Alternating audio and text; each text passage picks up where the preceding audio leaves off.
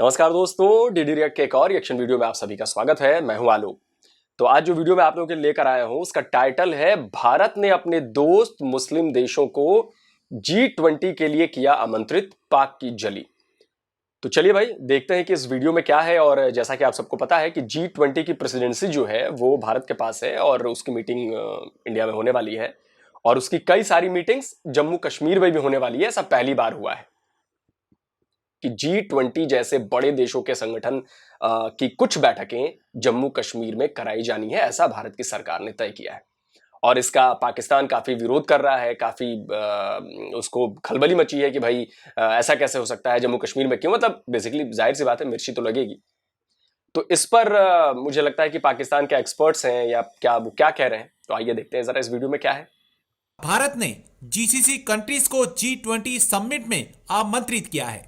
भारत ने Oman, United Arab Emirates को अगले साल सितंबर में नई दिल्ली में होने वाले G20 शिखर सम्मेलन में खास तौर पर आमंत्रित किया है। भारत के chief of G20 coordinator Harshvardhan Shringla ने यह जानकारी दी है। भारत 1 दिसंबर 2022 से 30 नवंबर 2023 तक एक वर्ष के लिए G20 की अध्यक्षता ग्रहण करेगा।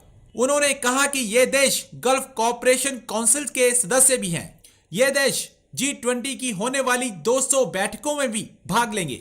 सऊदी अरब तो GCC का मेंबर भी है और पहले से ही G20 का महत्वपूर्ण मेंबर है। अब पाकिस्तान इन मुस्लिम देशों को भारत द्वारा G20 समिट में बुलाए जाने पर जला भुना बैठा है और ये चर्चा कर रहा है कि हमें इस समिट में क्यों नहीं बुलाया गया।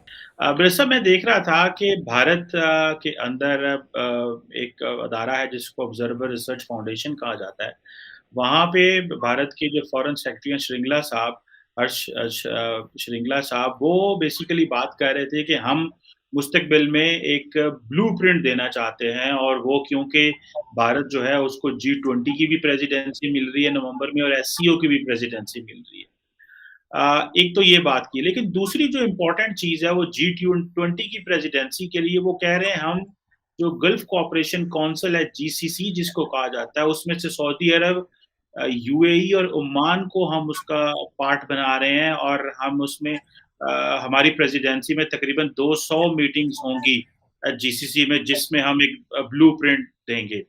बिरसाब, आप क्या समझते हैं ये मुसलमान दुनिया में से सऊदी अरब, UAE और ओमान को चुनना, ये क्या सऊदी इंडिया जो है ये पिक एंड चूज कर रहा है? आप क्या समझते हैं कि सऊदी अरब, UAE, ओमान की इंडिया के साथ ऐसी क्या रिलेशनशिप है?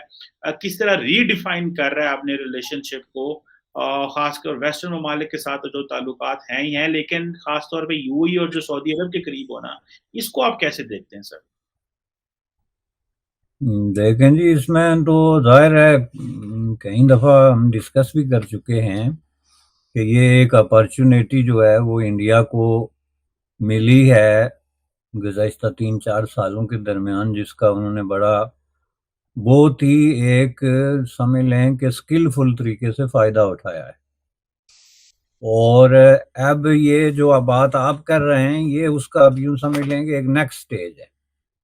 देखें, पहले जो स्टेज पे मैं समझता हूँ कि ये जो एक तस्वर था ना कि जी इस्लामी उम्मा वगैरह और पाकिस्तान वर्सेस इंडिया, और उसके अंदर जो है, क्योंकि ज़ाहिर है आप इसको पाकिस्तानी पॉइंट ऑफ व्यू से ही देख रहे हैं ना, इंटरनेशनल पॉइंट ऑफ व्यू से तो नहीं देख रहे ना। इंटरनेशनल कम्युनिटी को इस पे कोई प्रॉब्लम है, अगर किसी को होगा तो खुशी ही होगी, क्योंकि कोई उनके तजादात नहीं है, इवन इंक्लूडिंग इसराइल, जो अरब कंट्रीज़ के इस वक्त ये जो गल्फ कंट्रीज़ आप जिनको कहते हैं। तो ज़ाहिर है ये एक क्रिटिकल इशू बनता है पाकिस्तानी पॉइंट ऑफ व्यू से। तो इसके दो हिस्से हैं। एक तो माजी में मैं समझता हूँ कि इंडिया ने सक्सेसफुली जो है वो डिटैच किया है जो गल्फ कंट्रीज़ हैं उनको पाकिस्तान के साथ, जो उनकी एक ट्रेडिशनल किस्म की फ्यूड बेस किस्म की आप जिसको समझते हैं ना कि एक अलायंस था, उसको उन्होंने डिटैच करने में वो कम्प्लीटली कामयाब हुए। अब इसमें रेशनल क्या है और मैं इसके ऊपर क्यों खुश हूँ और मैं इसको ओपनली सपोर्ट करता हूँ कि देखें, आपका जो है ना वो किसी मुल्क के साथ एक तकाजा चल रहा है, in this case India versus Pakistan. तो उसमें आप जो है वो बाहर निकल के तो ये वो कदीम जो है वो प्रिमिटिव स्टाइल ऑफ जो दुश्मनी है उसको खतूत पे दुनिया को उस्तवार नहीं कर सकते कि आपको अपना जो है you fail to resolve a problem with India for last 70 years और आपके पास कोई जस्टिफिकेशन और रीजन भी उसकी नहीं है कि वाई वी फेल्ड। तो आप जो है वो ना सिर्फ ये कि उसको रिजॉल्व करने की बात करें या उसको अपने आप पर महदूद रखें, उस गंद को लेके आप पूरे खिते में बल्कि ग्लोब पे फैलाना चाहते हैं। मैं इसको गंद को फैलाना इसलिए कहूंगा कि आप यहाँ से उठ के गल्फ कंट्रीज में जाके तो उनसे भी तवक्को रखते हैं कि वो एक लाठी लेके तो आपके पीछे खड़े हो जाएं, जैसे ये कोई 500 साल पुराना कबायली झगड़ा है जिसमें कबीले के हर फर्द के लिए जरूरी होता है कि वो लाठी लेके सरदार के पीछे खड़ा हो जाए। ये बिल्कुल एग्जैक्टली ये तस्वीर है। अगर आप इसको डीपली और सिंसियरली इसको एनालाइज करके देखेंगे तो ये तस्वीर नजर आएगी। ये रही है पाकिस्तान की पॉलिसी गल्फ स्टेट्स के बारे में, और बुनियादी तौर पे गल्फ स्टेट्स के बारे में पाकिस्तान के 3 किस्म के अप्रोचेस रही है। अप्रोच नंबर 1, हमें पैसा दो। अब ये है कि वो पैसा ख्वाह कर्ज की शक्ल में है, इमदाद की शक्ल में है, या जो डेफरल पेमेंट्स पे जो है तेल की शक्ल में है, या किसी भी शक्ल में। एक नंबर 1 ही। नंबर 2, लाठी लेके हमारे साथ खड़े रहो। जो भी हमारा किसी से झगड़ा है अपने पड़ोसी से, तो आप लोग जो है वो 3000 4000 किलोमीटर या माइल या जहां भी आप सिचुएटेड हैं वहां से होके तो हमारे साथ खड़े हो जाएं, अपने मफादात को छोड़ें, क्योंकि हम उम्मत मुसलमान हैं। यानी एक ऐसा वेग किस्म का तस्वर जिसको अरबों ने कभी बाई नहीं किया है। अरबों की आप पूरी देखें, वो एक सुल्तनत भी चला के गुजरे हैं। दुनिया की सबसे बड़ी सुल्तनत को सक्सेसफुली जो है उन्होंने कई सालों तक जो है वो हैंडल किया है, लेकिन उनकी जो अपनी एथनिसिटी की यूनिटी रही है या अपने तसव्वुरात रहे हैं, मसलन जो गल्फ की कंट्रीज हैं अरबिक स्पीकिंग, वो उनके दरमियान जो एक तरह की जुड़त है उसमें उन्होंने कभी किसी को शेयर नहीं दिया। तो पाकिस्तान एक एलियन किस्म का कॉन्सेप्ट लेके उनके पास गया कि जी हमारा अपने एक पड़ोसी से झगड़ा है, तो आप जब तक जिंदा हैं आप भी हमारे साथ खड़े रहेंगे, वो आपको इसका कितना नुकसान और फायदा है। तो जाहिर है उसके खिलाफ जो ये अरबों की न्यू जनरेशन है उसने रिएक्ट किया।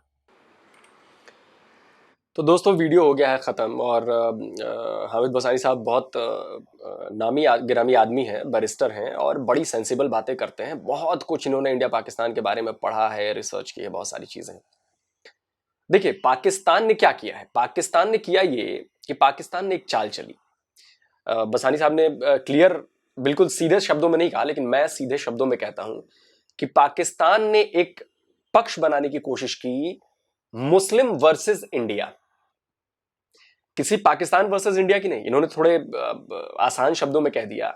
पाकिस्तान की कोशिश रही कि जो पाकिस्तान वर्सेस इंडिया है वो बदल जाए मुस्लिम वर्सेस इंडिया में, यानी कि पूरा मुस्लिम जो उम्मा है वो इंडिया के खिलाफ हो जाए कि जी मुस्लिमों के हम सबसे बड़े रहनुमा हैं और हमारे ऊपर जुल्म हो रहा है, हमारे ऊपर दादागिरी कर रहा है भारत, और देखिए हम ऐसा कर रहे हैं वैसा कर रहे हैं, और इसको पूरे इस्लामिक उम्मा पर हमला समझा जाए या तसद्दुद समझा जाए, और आप सारे लोग जो हैं वो हमारे साथ पीठ पीछे खड़े रहिए, जी भारत को सबक सिखाना है।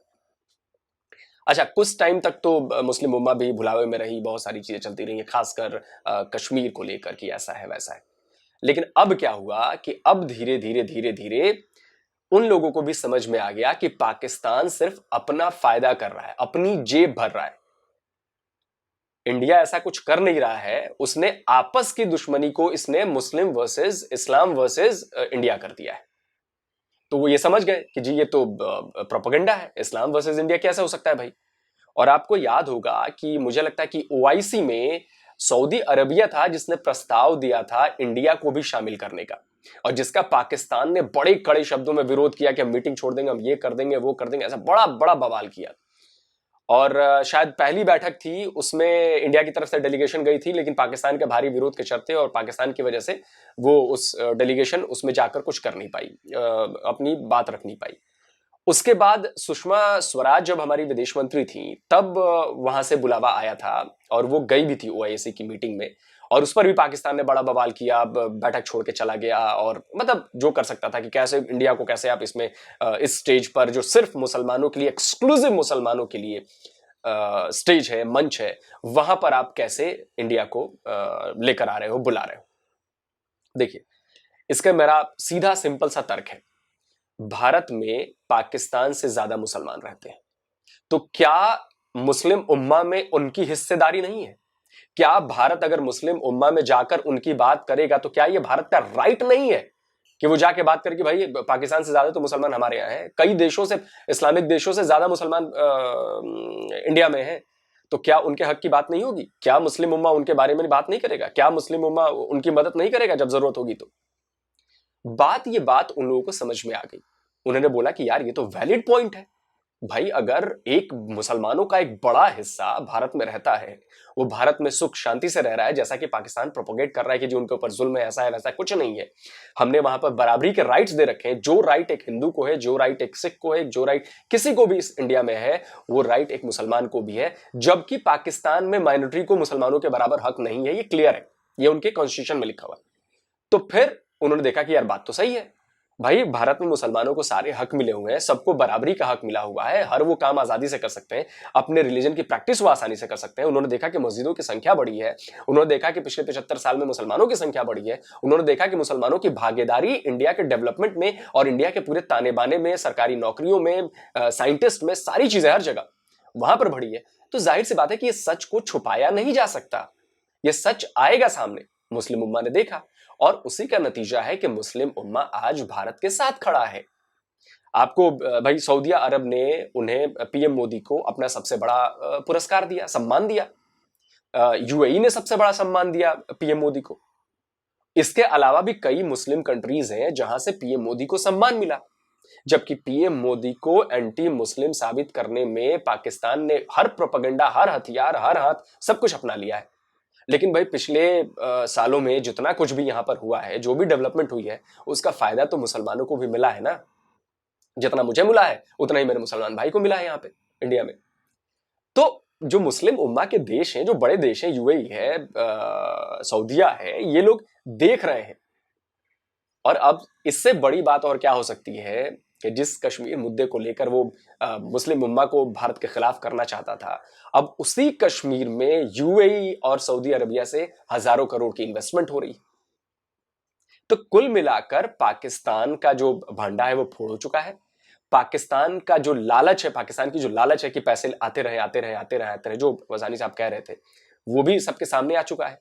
और सऊदी अरब, यूएई और बाकी मुस्लिम जो कंट्रीज हैं, वो भी जानती हैं कि इंडिया के साथ संबंध अच्छे रखना पड़ेगा। भाई किसी और के झगड़े के चक्कर में वो अपना संबंध क्यों खराब करेंगे? मतलब मैं ये कहूं कि जी मेरे पड़ोसी का किसी और बंदे के साथ झगड़ा है, तो मैं पड़ोसी के साथ जाके उसके साथ लड़ाई लड़ूं? क्यों लड़ूंगा भाई? वो पड़ोसी का झगड़ा पड़ोसी निपटे, पड़ोसी के से विवाद चल रहा है, पड़ोसी निपटे, मैं क्यों जाऊंगा? या मेरे जैसे दूसरे लोग क्यों जाएंगे? वो इसलिए जाएंगे कि भाई हम सब मुस्लिम उम्मा है और हम सबको साथ रहना चाहिए। ऐसा नहीं होता सर। पाकिस्तान के हुक्मरानों को, पाकिस्तान की सियासत को ये बात समझनी पड़ेगी कि वो दिन गया। अब जो है वो डेवलपमेंट का टाइम है, अब जो है वो प्रोग्रेस का टाइम है, अब जो है वो दुनिया में कदम से कदम मिलाकर चलने का टाइम है। अब चीजें जो है वो बदल चुकी हैं, लेकिन पाकिस्तान वहीं का वहीं है, वो तो खैर और नीचे चला गया है। तो कुल जवाब बात यह है कि G20 मीटिंग से बेसिकली पाकिस्तान को बड़ी प्रॉब्लम हो रही है और उसको लग रहा है कि जी जम्मू कश्मीर का मुद्दा तो वैसे ही हल्का होता जा रहा है, अब वहां पर काफी लोग आएंगे। अभी मैं आपको बता दूं कि जम्मू कश्मीर में रिकॉर्ड टूरिस्ट आए, वहां पर लोगों को रोजगार मिल रहा है, वहां पर इन्वेस्टमेंट आ रही है, तो लोग, बच्चे बड़े खुश हैं, वहां पर डेवलपमेंट के काम किए जा रहे हैं, तो कश्मीरी बड़े खुश हैं। और इससे क्या हो रहा है कि पाकिस्तान का प्रोपेगेंडा कमजोर पड़ रहा है। अभी देखिए, अभी शायद गिलानी का बेटा मरा, अभी वो जो अलगाववादी नेता था, तो अल जजीरा ने कहा कि जी ये लीडर और प्रो, पता नहीं क्या, प्रो कश्मीर लीडर, कुछ ऐसा टाइटल दिया, और अल जजीरा की आदत है। और इधर जो है वो कश्मीर में कुछ नहीं हुआ, किसी को कोई फर्क नहीं पड़ा। कश्मीर के लोगों ने खुशी मनाई कि चलो अच्छा हुआ, एक आतंकवादी का बेटा जो था, वो अलगाववादी का बेटा जो था, वो गया निपट गया। तो आप समझिए कि ये बदलाव हो चुका है, और ये बदलाव इसलिए हुआ है क्योंकि हम सही रास्ते पर हैं, हम सही काम कर रहे हैं। हमारे पीछे कोई लालच नहीं है। हम वो हक देना चाहते हैं जो पूरे देश के लोगों को हासिल है, वही हक कश्मीर के लोगों को भी हासिल होना चाहिए। तो जाहिर सी बात है अभी आगे आगे बहुत कुछ होने वाला है। तो जल्दी आता हूं एक और नए वीडियो के साथ। नमस्कार, जय हिंद।